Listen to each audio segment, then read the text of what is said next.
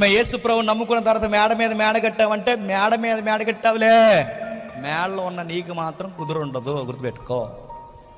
దేవుడు నమ్ముకున్నాను ఇంకా కడుపులో మధ్య కూడా కదలదంటే నువ్వేదో సుత్తిపత్తి నమ్ముతున్నావు నన్ను అడిగితే.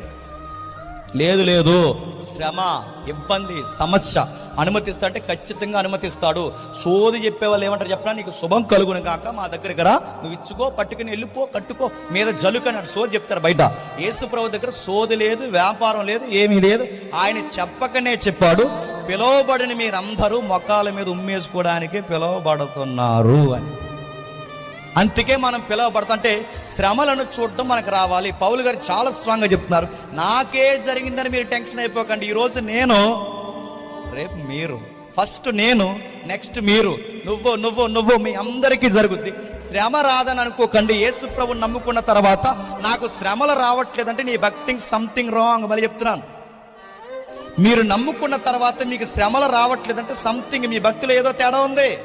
లేదు, యేసు ప్రభువుని నమ్ముకున్న తర్వాత కుటుంబం నుంచి, స్నేహితుల నుంచి, సంఘం నుంచి, స్నేహాల నుంచి, వ్యాపారంలో, బయట, ఆరోగ్యంలో ఎలా పడితే అలా సుడిగుండంలా నిన్ను చుట్టొస్తున్నాయంటే నువ్వు రైట్ వేలో ఉన్నావని అర్థం. Download ShareChat.